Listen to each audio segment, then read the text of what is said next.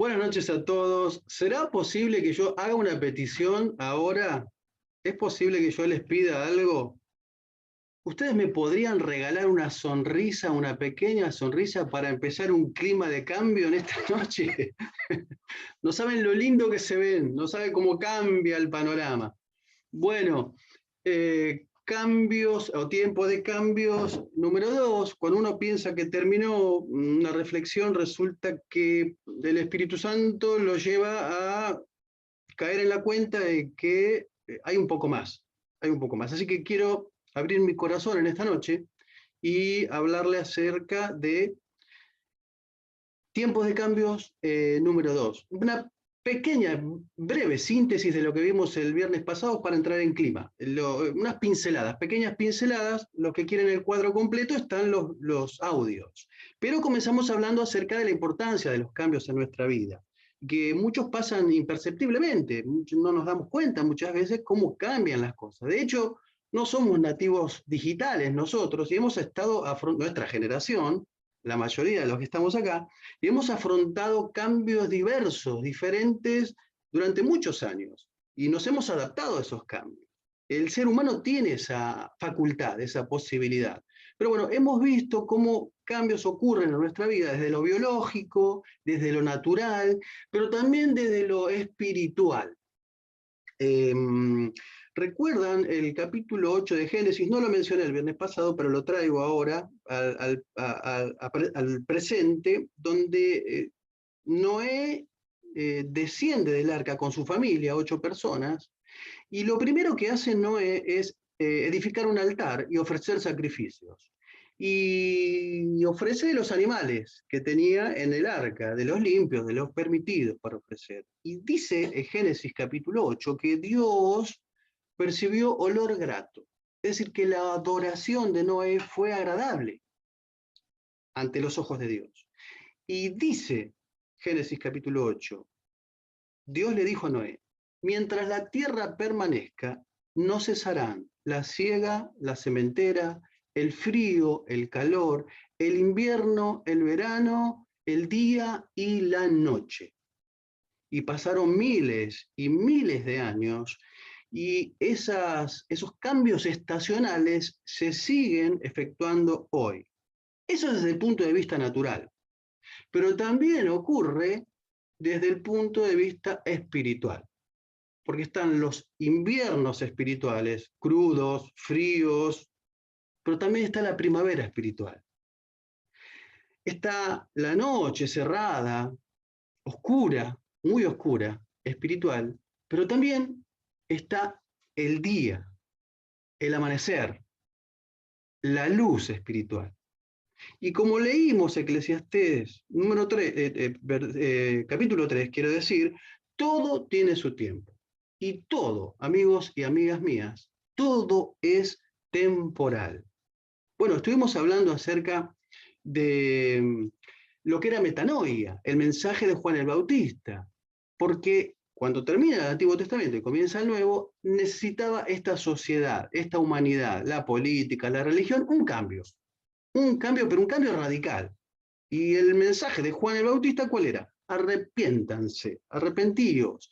Pero dijimos que esa palabra en griego era metanoia. Pero metanoia no era simplemente dejar de hacer lo malo para hacer lo bueno, dejar de ofender a Dios para agradar a Dios o al prójimo, sino que tenía que ver con un cambio de mentalidad, un cambio de dirección, un cambio de rumbo, un cambio radical, profundo. Eso es metanoia.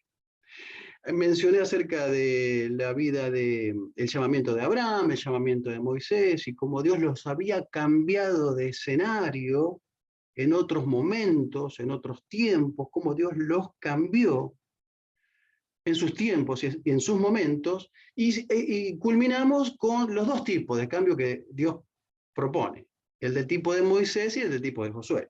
Si era el del tipo de Moisés, solo había que levantar la vara, extender las manos sobre el mar rojo se iba a dividir y cruzaríamos del otro lado. Pero si era del tipo de Josué, habría que meterse en el agua, como los sacerdotes.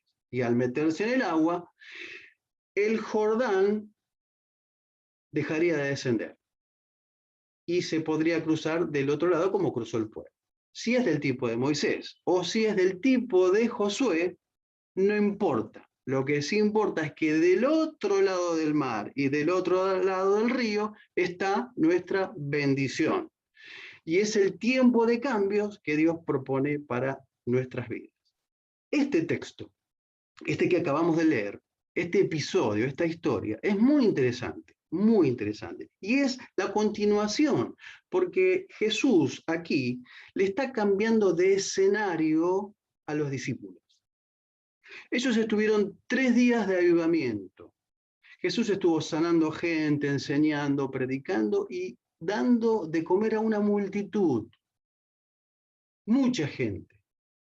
Dios hizo milagros formidables durante esos 3 días.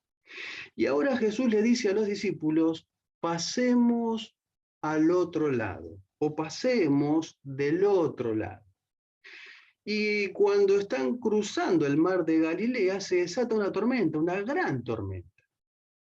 La palabra para tormenta, una palabra griega para tormenta es sismo.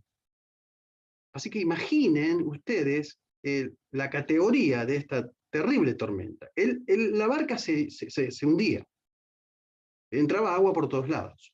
Ahora, no hay que confundir este episodio con otro que es muy similar, pero es otro episodio, cuando Jesús también predica a la multitud, enseña, los alimenta, y le dice a los discípulos, ustedes crucen a la otra orilla. Y Jesús se va a orar a la montaña, solo. Se desata la tormenta y Jesús viene y caminando sobre las aguas. Ese es otro episodio, es en otro momento. Ellos ven que viene alguien caminando sobre las aguas y piensan que es un fantasma, se asustan. Y Jesús le dice, soy yo, o yo soy, mejor dicho. Tengan ánimo. Y Pedro le dice a Jesús, si eres tú, haz que yo camine sobre las aguas. Y Jesús le dice, ven. Pedro baja de la barca y comienza a caminar milagrosamente sobre las aguas. Pero cuando está por llegar cerca del Señor, ve las olas, ve el viento y se hunde. ¿Por qué? Porque dejó de enfocarse en el Señor y se enfocó en los problemas, en las olas y en el viento. Y Jesús lo rescata, lo salva.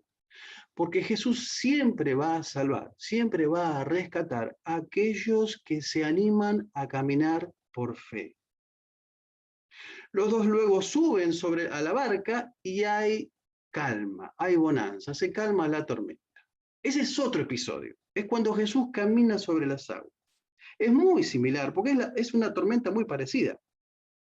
Pero en esta ocasión, Jesús le dice, pasemos del otro lado.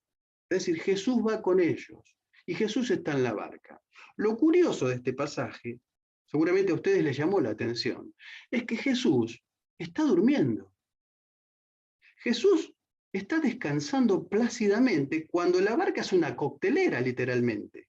Se mueve, se sacude y entra agua y los discípulos entran en pánico. Se desesperan. Por lo menos 3 de ellos son pescadores. Pedro, Jacobo y Juan están acostumbrados a la pericia del mar, de navegar. El resto tal vez no. Pero entran en desesperación y Jesús duerme. Jesús descansa. ¿Cómo pueden explicar esto? ¿Cómo se explica esto? ¿Quién puede descansar en medio de una tormenta cuando se sacude la barca de una manera notable? Bueno, tengo 2 explicaciones para dar. La primera es que recuerden que Jesús fue 100% hombre y 100% Dios. Jesús estaba sujeto a humanidad como nosotros. Jesús tuvo sed, tuvo hambre, Jesús se cansaba, se fatigaba. Jesús se compadecía, que se enojaba, lloraba, estuvo sujeto a humanidad, pero también fue 100% Dios. Y con esto último que les estoy diciendo, les digo que nadie puede descansar, nadie puede estar tranquilo si no sabe lo que va a ocurrir. Nadie puede estar en paz. Ninguno de nosotros podemos dormir por las noches tranquilos si no sabemos lo que va a ocurrir al otro día? ¿Qué les quiero decir con esto? Que el dueño del universo, el que creó el cielo, el mar, la tierra y todo lo que en ello existe, estaba ahí, en ese momento, tranquilo, plácidamente descansando, porque él estaba seguro, segurísimo de lo que iba a ocurrir. Entonces los discípulos van y le recriminan al Señor. En otras palabras, le dicen, pero ¿cómo puede ser que estés durmiendo? Nosotros nos estamos muriendo, vamos a morir, vamos a terminar en el fondo del mar y vos estás descansando plácidamente. Le reclamaban al Señor. Yo creo que la única religión, no me gusta hablar de religión, pero para encerrarla en este marco, creo que la única religión que le reclama a Dios y le recrimina a Dios es el cristianismo. Nunca vi un budista reclamándole a Buda, nunca vi a un maometano reclamándole a Mahoma, pero sí permanentemente escucho y veo a cristianos que le reclaman al Señor. Pero no lo estoy diciendo desde el punto de vista pesimista o negativo, porque el salmista también le reclama al Señor o le recrimina. De hecho, Jesús en la cruz, recuerden, dice, Dios mío, ¿por qué me has desamparado? ¿Qué tiene que ver esto con lo que, digamos, por qué no es negativo esto que estoy diciendo? Porque la verdad, lo que Dios quiere, lo que Dios siempre ha querido del ser humano, es que tengamos una relación. Dios no es un Dios distante, no es alguien que está lejano, no es alguien que es imposible acercarse a Él. Dios está cerca. Y de hecho, no solo está cerca, sino que además está dentro nuestro. Pero además no solo está dentro nuestro, sino que además sube a nuestra barca, sube a la barca de nuestra vida. Y Él está muy tranquilo ahí, está sumamente tranquilo porque Él sabe lo que va a ocurrir. Él conoce nuestro futuro, Él ya estuvo ahí antes. Yo imagino esta escena, traten de hacer una composición del momento, del lugar, los discípulos sumamente estresados, muertos de miedo, y Jesús tal vez se despierta, bosteza, tal vez se estira un poco como hacemos nosotros cuando nos levantamos de una siesta, mira y dice, calla, enmudece. Y hubo bonanza. Se terminó la tormenta. Se calmó. Los discípulos no entienden, están perplejos. Dice, ¿quién es este que le habla a la misma naturaleza y la naturaleza le obedece? ¿Cómo no le va a obedecer? La naturaleza, si él es el creador de la naturaleza. Era obvio. Lo que ocurre es que cuando estamos en medio de una tormenta, en medio de una crisis, es muy difícil estar tranquilos, estar serenos. Y saber y ser conscientes de que Jesús es el que está en nuestra barca. Recuerden esta palabra, por favor.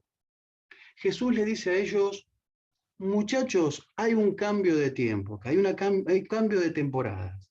Pasemos al otro lado. Crucemos al otro. No les dijo, crucen ustedes del otro lado, sino que le dijo, crucemos del otro lado. Y esto es clave, es sumamente clave para entender que si Jesús está en nuestra barca, no importa la tormenta que venga, no importa lo que pase, no importa lo difícil que sea la situación, si Jesús dijo que vamos a pasar del otro lado, no importa que estemos mojados, no importa que estemos golpeados, no importa que estemos lastimados, no importa que estemos muertos de miedo, vamos a pasar del otro lado. Porque Él está en nuestra barca. El gran problema que tienen muchos cristianos es que no tienen en cuenta de las palabras de Jesús o de la palabra de Dios. Es decir, tener presente que si Dios dijo que lo va a hacer, lo va a hacer. Si Dios nos dio una promesa, la va a cumplir. Difícil es cuando nosotros no lo invitamos a Jesús a subir a nuestra barca. Jesús no dice, casate.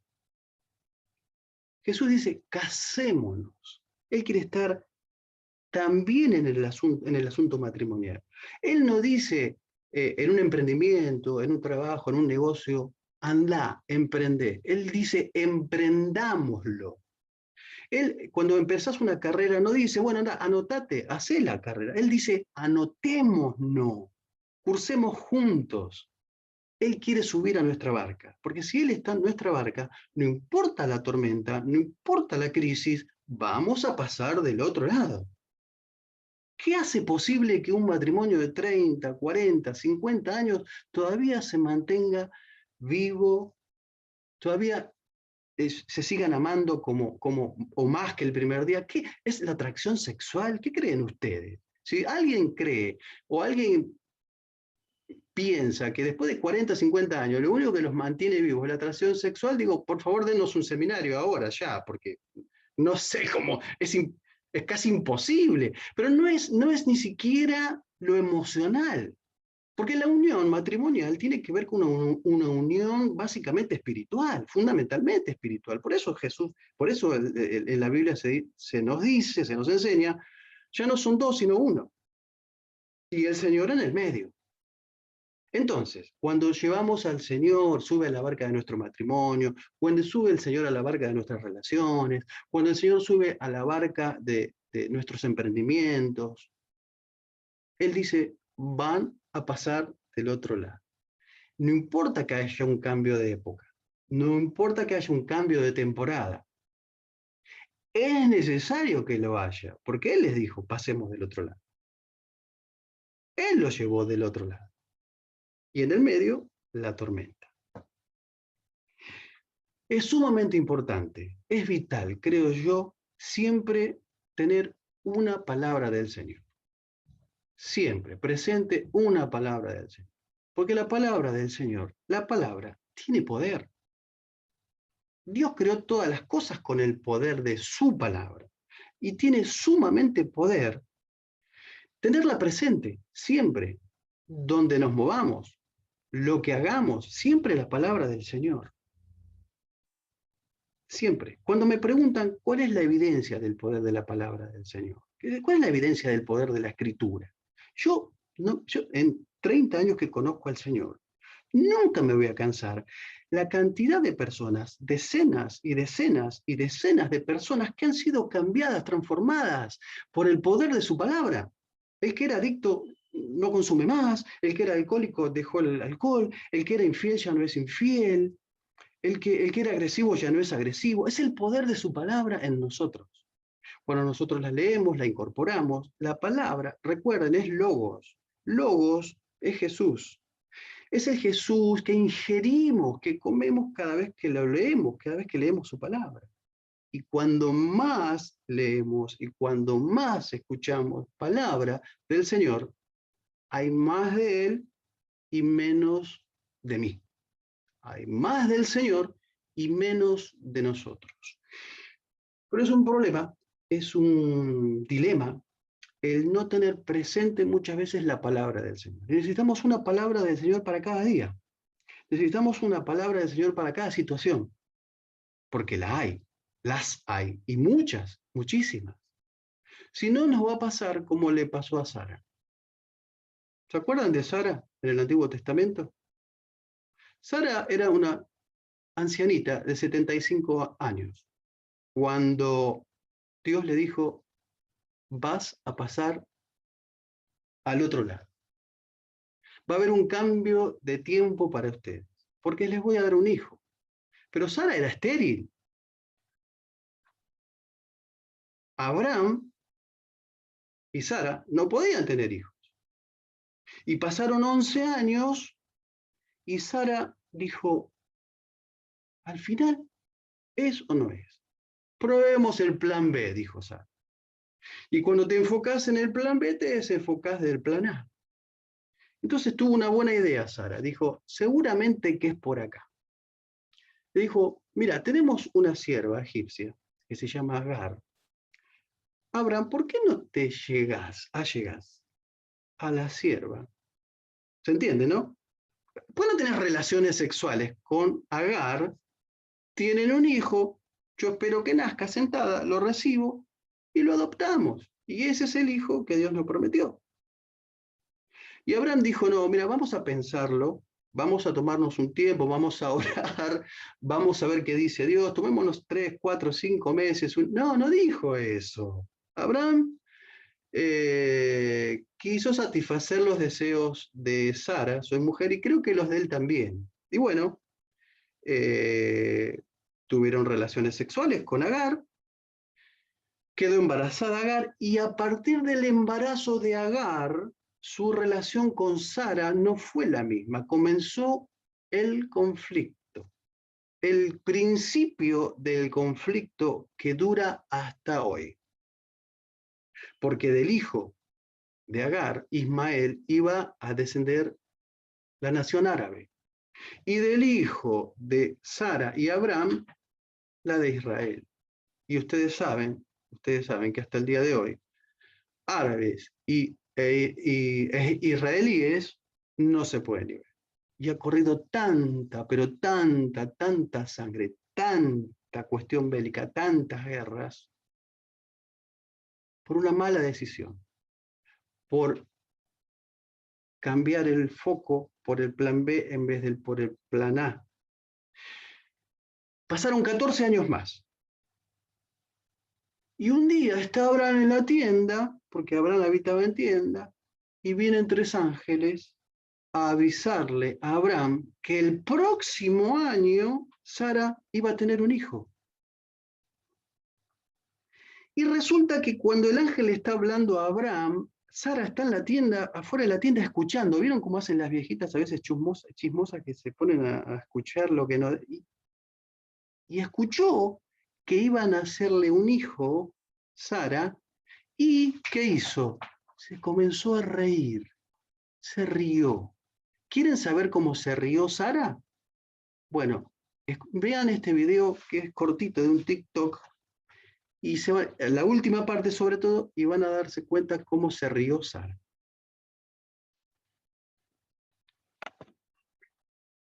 Bueno, un poquito de humor, un poquito de humor. No sé si se rió así, de esa manera Sara, pero se rió. Y el ángel le dijo, ¿por qué se rió? ¿Por qué te reíste? No, no me reí, dijo. Lo cierto es que al año Dios cumplió su promesa. Dios le dijo que iban a pasar al otro lado. Dios le dijo que iban a cambiar de temporada. Y eso fue lo que ocurrió. Cambiaron de temporada porque Dios le dio el hijo de la promesa. No importa que te equivoques, no importa que falles, no importa y no importa si te equivocas de plan de B a C o D, no importa. Eso no importa. Lo que importa es lo que Dios dijo, lo que Jesús dice. Si Jesús dice, pasemos del otro lado, si Jesús sube a tu barca, vas a pasar del otro lado. Una canción y volvemos.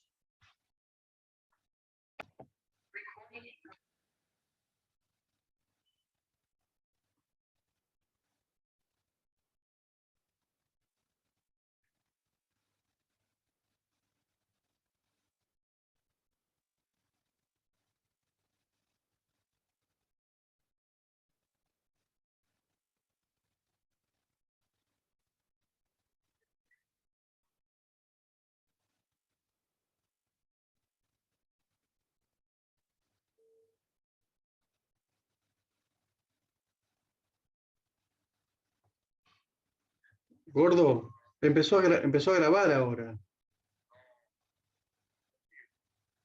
Te muestro la foto.